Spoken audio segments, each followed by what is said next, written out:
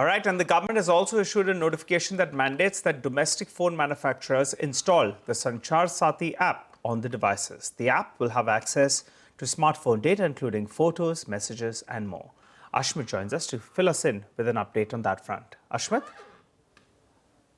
Well, the DoT has issued very clear directions. All phone manufacturers, within a 90-day period, that's the short window, they have to make sure that this application, Sanchar Saathi, is embedded in all phones that are being manufactured. Even phones that may have already been manufactured and may be in transit, even for those devices, over-the-air updates need to be issued so that the Sanchar Saathi application is embedded in the devices. But this is being flagged by very many academicians, think tanks, privacy advocates as a gross invasion of privacy. And they've flagged a number of concerns with respect to data that will now become accessible to the Sanchar Saathi application. They point out that the Sanchar Saathi app will have access to all the files that are resting on your device. So whether that's phones, images, WhatsApp images and videos that you may have recorded, it will have access to all the PDF files on your device, all the Excel files, all the Word files. That is what the Sanchar Saathi application will have access to. That's one. Number two, it will also have access to all the call logs on your device. So who is calling you, who you are calling, what is the date and time of that call, and what is the duration of that call. All of that information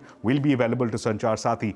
Number three, the network provider that you're using, the network type that you have, whether that's a 3G, 4G, 5G connection, and also your call tower that you're using at that point in time, giving a rough idea of your location. That is something that also this application will be able to access. And finally, your inbox, your SMS inbox is something that, again, this application can access. So all the SMSs that you're getting, Sanchar Saathi will have access to. Even some of the alerts that the banks may have been sending the users, that is also something that Sanchar Saathi will have access to. But the DoT is refusing to budge, making it clear that this is a direction that needs to be complied with, and clarifying in that order that if these orders are not complied with, there will be consequences that will come as a result of the Telecom Act as well as the Telecom Cybersecurity Rule.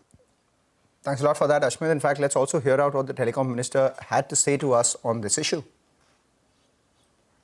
The next question, there are reports coming in that the Telecom Ministry has asked private mobile phone makers to preload a government-owned cybersecurity app before selling phones. Now, this is for the security of customers all around the country. Has that been done? Have the directions been issued? And what exactly is the expectation? So all of this ties in with the security of the customers. So Sanchar Saathi portal and the Sanchar Saathi app has done a yeoman service.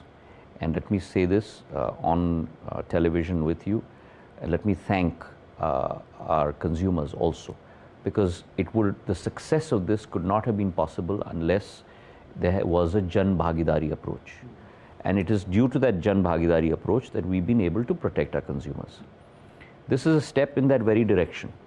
If you're able to load this on, then if I lose my phone, immediately that app is on my phone, which I can then register and make sure that my phone is not used by any fraudulent individual. It's a step to protect the consumers at the end result.